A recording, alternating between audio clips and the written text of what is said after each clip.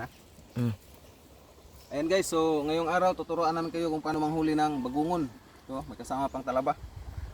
Ano guys Muna yung bagungon kini.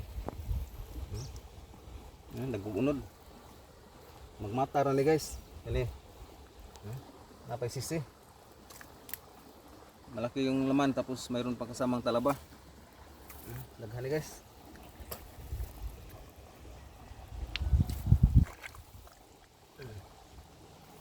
Maras lapok.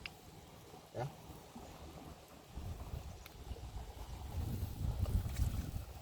Ya. Marami guys.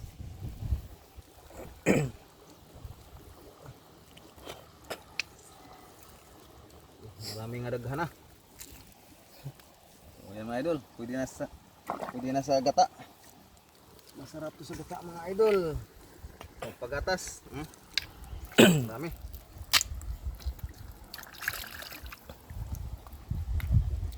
Guys.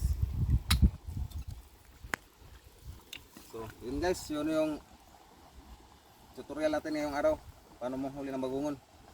So, abangan yung long video namin mamaya bukas. Thank you.